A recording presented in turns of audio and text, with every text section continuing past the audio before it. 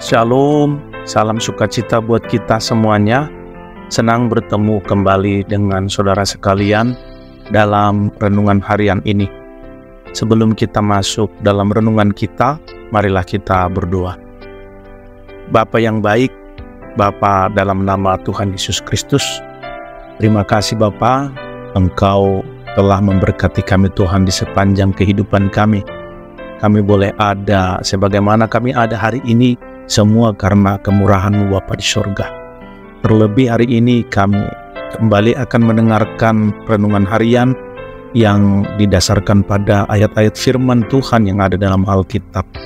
Tuhan kiranya senantiasa mengajari kami Tuhan, membuka seluruh kehidupan kami Tuhan, untuk kami dapat memahami lebih dalam lagi kebenaran firman-Mu.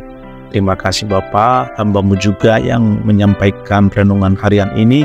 Marilah Tuhan Yesus mengurapi dengan kuasa Roh Kudus-Mu. Dalam nama Yesus Kristus kami berdoa dan bersyukur. Terpuji nama-Mu Tuhan kekal untuk selamanya. Haleluya. Amin. Saudara sekalian, kita akan belajar tentang tema mengatasi konflik dengan kerendahan hati dan pengampunan yang didasarkan pada Markus 11 ayat 25. Demikian firman Tuhan. Dan jika kamu berdiri untuk berdoa, ampunilah dahulu sekiranya ada barang sesuatu dalam hatimu terhadap seseorang, supaya juga Bapamu yang di sorga mengampuni kesalahan-kesalahanmu. Amin. Saudaraku, Markus 11 ayat 25 adalah bagian dari kisah Yesus yang mengutuk pohon ara yang tidak berbuah dan pengajaran tentang kekuatan iman dalam doa. Di ayat sebelumnya, Yesus telah mengutuk pohon ara karena tidak berbuah, yang merupakan gambaran tentang ketiadaan hasil dalam hidup. Ini menjadi dasar untuk pengajaran tentang iman dalam doa. Mari kita memahami kalimat barang sesuatu dalam hatimu. Bagian pertama ayat ini mengacu pada perasaan dan emosi yang kita simpan dalam hati. Ini bisa berupa dendam, amarah, ketidakpuasan, atau perasaan negatif lainnya terhadap seseorang. Alkitab mengajarkan pentingnya mengenali dan mengatasi perasaan ini, karena perasaan negatif dapat merusak hubungan kita dengan Allah dan sesama. Ayat ini mengajarkan bahwa mengampuni adalah langkah pertama dalam mengatasi konflik. Mengampuni adalah tindakan pilihan untuk melepaskan perasaan negatif dan dendam terhadap seseorang. Ini adalah tindakan yang kuat dan membebaskan. Ketika kita memaafkan, kita juga membebaskan diri kita sendiri dari perbudakan emosi negatif. Ayat ini juga mengajarkan pentingnya untuk merendahkan diri dengan meminta pengampunan jika kita telah berdosa atau berperilaku buruk terhadap orang lain dalam konflik. Ini adalah tindakan kemandirian dan pertobatan yang mengarah pada perbaikan hubungan. Saudara terkasih, ayat ini menyoroti hubungan kita dengan Allah. Ketika kita berdoa dan mengatasi konflik dengan pengampunan, kita berhubungan dengan Allah sebagai Bapamu yang di sorga. Ini mengingatkan kita bahwa Allah adalah sumber pengampunan dan perdamaian sejati dalam hidup kita.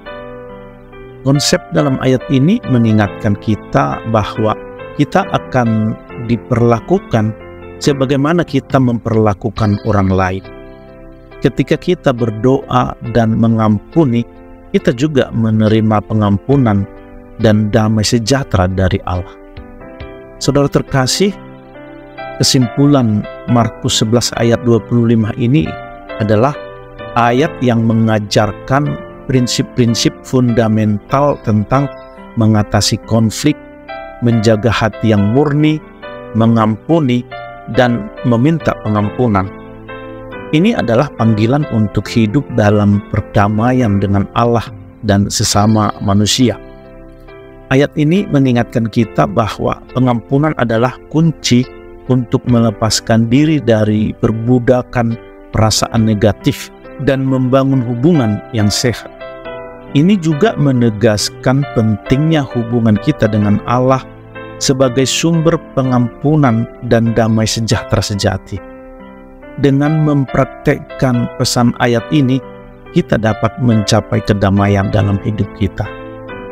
Saudara terkasih dalam nama Tuhan Yesus Kristus, marilah kita tutup renungan harian ini dengan doa. Mari kita berdoa. Bapa yang baik, Bapa yang mengasihi kami, Bapa dalam nama Tuhan Yesus Kristus, terima kasih Bapa untuk renungan harian ini. Engkau telah menuntun, membimbing kami Tuhan, lewat kebenaran firman-Mu yang kami dapatkan dalam renungan harian ini. Terima kasih Bapa di surga, tetaplah Tuhan membimbing kami, menuntun langkah-langkah hidup kami di sepanjang kami dalam perjalanan hidup ini. Sebab kami Tuhan adalah orang-orang yang penuh dengan kelemahan, kekurangan. Tanpa tuntunan-Mu kami dapat tersesat, dan kami tidak dapat berjalan sendiri. Hanya bersama Tuhan kami dapat melewati segala tantangan rintangan hidup ini. Terima kasih Bapa di surga, kami berserah diri sepenuhnya di dalam nama Tuhan Yesus Kristus. Terima kasih Bapa, dalam nama Yesus kami berdoa dan bersyukur. Haleluya. Amin. Saudara terkasih dalam nama Tuhan Yesus Kristus, demikianlah renungan harian kita. Kiranya menjadi berkat bagi kita semuanya. Terima kasih dan sampai jumpa dalam renungan harian berikutnya. Tuhan Yesus memberkati. Haleluya. Amin.